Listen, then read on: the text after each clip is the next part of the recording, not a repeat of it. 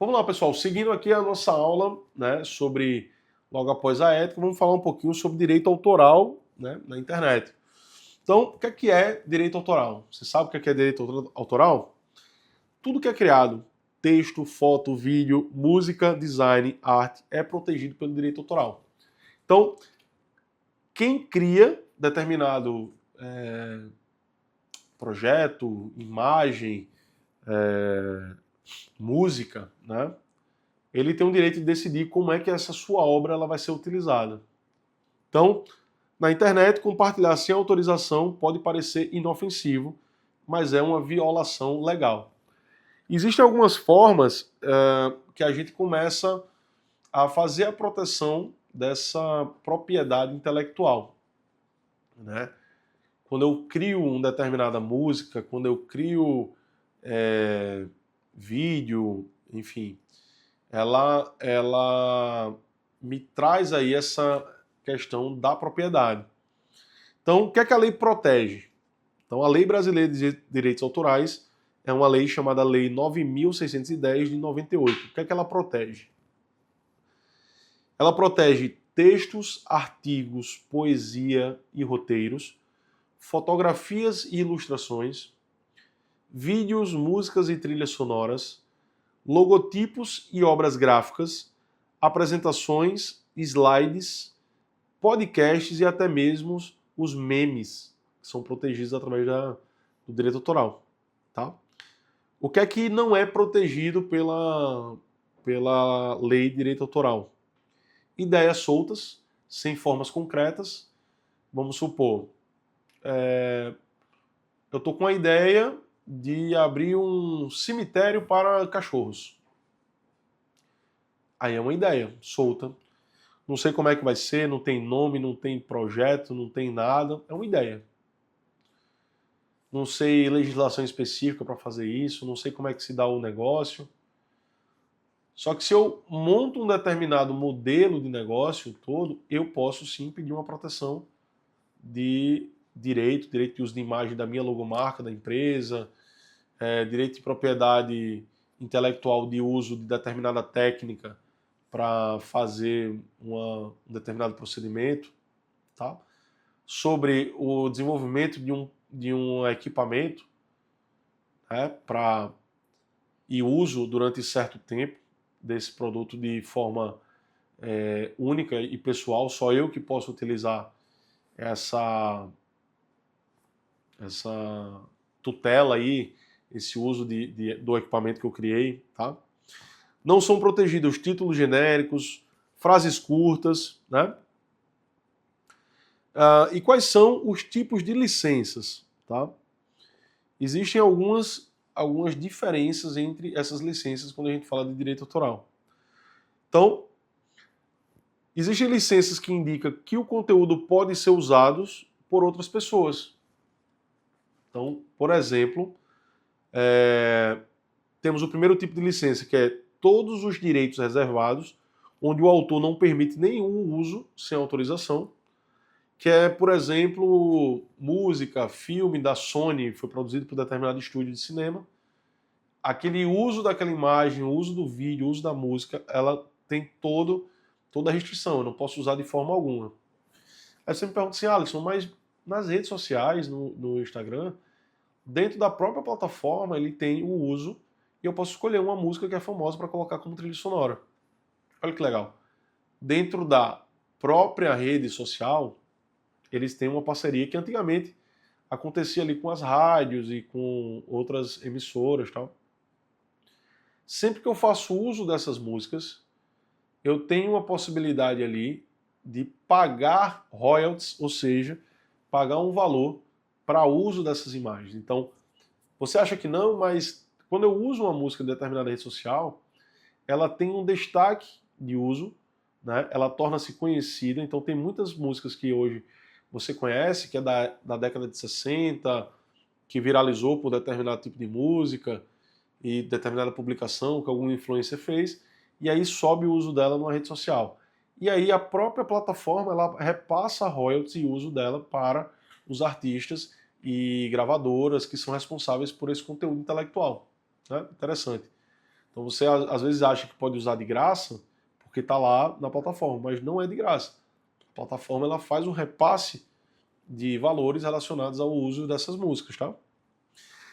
Em segundo lugar, eu tenho um tipo de licença que chama Creative Commons, que é um modelo livre e padronizado que você pode ou não fazer com determinada obra. Então existem diversos tipos de licença CC, né, que a gente chama. E aí eu vou colocar aqui na tela, por exemplo, alguns estilos, alguns tipos. Que é CC BY, que é uma atribuição, ou seja, eu posso usar, editar e compartilhar, desde que eu cite o autor. Eu tenho essa outra atribuição, que ela permite a atribuição mais um compartilhamento pela mesma licença. Ou seja, eu posso editar, mas eu devo manter a mesma licença. Eu não posso restringir o uso dela. Tem outras que eu não posso usar para fins comerciais, né? Então eu crio uma determinada trilha sonora, acho bacana, mas eu não posso usar para fim comercial.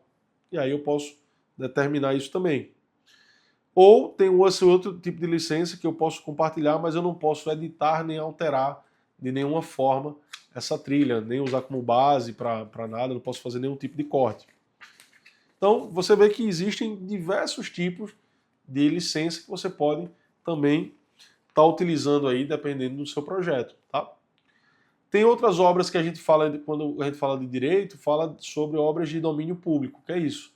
São obras que são livres de direitos autorais porque o prazo de proteção dela expirou. Geralmente são 70 anos após a morte do autor. Então, tem muitas músicas brasileiras, né, músicas da MPB, que em breve vão entrar sob domínio público, né? Tem obras de Beethoven, Van Gogh, a imagem de alguns artistas, quadros famosos, esculturas, obras de Machado de Assis, livros, são obras de domínio público, né? Tem até uma biblioteca que chama Domínio Público, acho que é .org, que você tem acesso a grandes livros da literatura brasileira que caíram em domínio público, já estão lá e disponíveis para que você possa ler de forma completamente gratuita, tá? A gente tem algumas licenças específicas de plataformas de banco de dados e imagem, que elas permitem também que você utilize, você fazendo ali a citação numa determinada publicação num blog ou publicação, enfim, como você for usar o conteúdo, você coloca lá também a citação, né? Então, como é que funciona na prática? Então, para o uso de imagem, a gente prefira bancos gratuitos com licenças abertas. Então, hoje na internet eu consigo salvar imagem de qualquer forma, inclusive gerar imagens com o uso da inteligência artificial de acordo com o que eu quero. Eu posso digitar um prompt ali e essa IA ela vai gerar essa imagem para mim que eu posso estar utilizando aí também sem problema, tá? E sempre confira o tipo da licença que você está usando antes de você for fazer a divulgação, porque eu tenho que fazer a divulgação correta, colocando o tipo do autor e, enfim, o tipo que a licença exige daquela obra, né? Use bibliotecas livres, como eu falei. Temos o YouTube, que tem uma série de trilhas sonoras que são gratuitas. Tem o Free Music Arquivo, que é, né, um arquivo de música livre aí também. Tem o Bensound e tem o Epidemic, que é uma plataforma paga, mas ela te dá esse embasamento aí de pesquisa por ritmo, segmento. Veja, se eu sou profissional e tenho uma produção constante, estou monetizando com minha produção, eu vou lá e assino porque vale a pena demais. Eu tenho acesso a uma base de dados gigantesca, baseado no estilo da música, né? Então, acho que vale a pena. Então, como é que eu faço para criar o meu próprio conteúdo? Eu posso registrar a minha obra, né, se escrever alguma coisa, no site da Biblioteca Nacional, tá? Ou plataformas digitais, que tem a plataforma chama Safe Creative, que eu posso estar cadastrando também essas minhas obras. Outra coisa que vai te dar um embasamento de criação é que você guarde e-mail, guarde escritos, salvamentos, PDFs, arquivos, em geral, e versões diferentes, porque vai servir como prova da tua autoria de determinado conteúdo. Então, às vezes, a gente tem ali uma escrita, a gente escreveu um papel, escreveu uma poesia, escreveu alguma coisa, e aí é encontrado por outra pessoa e publica, e aquela pessoa, por exemplo, torna-se famosa, ganha dinheiro com aquilo que você produziu. Existem vários casos aí na internet de escritores de música, né, autores de música, que aí o pessoal lançou a música, acho que aquela música Morango do Nordeste, que estourou em um monte de canto, que eu lembrei agora, ela teve esse problema em relação a quem foi que realmente escreveu, né? Aquela do Michel Teló também, Ai Se Eu Te Pego, que estourou no mundo inteiro, também foi alvo de processo de direito autoral de quem escreveu e quem não escreveu a música, tá? Então, a gente tem que se precaver quando a gente faz a criação de conteúdo, a gente tem que se preservar e criar essas provas aí do conteúdo que a gente fez, tá? Então, boas práticas, né, e éticas legais aqui. Cite sempre a fonte, leia os termos de uso de cada plataforma também, tá? Evite copiar legendas, ideias ou roteiros sem adaptação. É isso que eu falei, a cópia indiscriminada é complicado, né? A gente não copia, a gente deve fazer ali o quê? Uma ideia, um embasamento para a gente criar e fazer algumas alterações, tá? Registre as suas criações que sejam originais, sejam música, seja porque hoje eu escrevo uma letra, tem uma inteligência artificial ali que coloca um arranjo musical, né, da forma que eu quiser, em ritmo de samba, em ritmo de pagode, qualquer coisa. E aí aquela música ali eu posso registrar, eu tenho que ter o domínio daquilo ali para que eu possa me resguardar e posteriormente a gente fazer uso dela e cobrar a quem for, né, por direito. E denunciar plágio. Então, se eu ver ali um conteúdo, alguém está na internet publicando um conteúdo que é meu, que eu posso ir lá, tem as opções de denunciar o conteúdo e denuncio ele ali por plágio.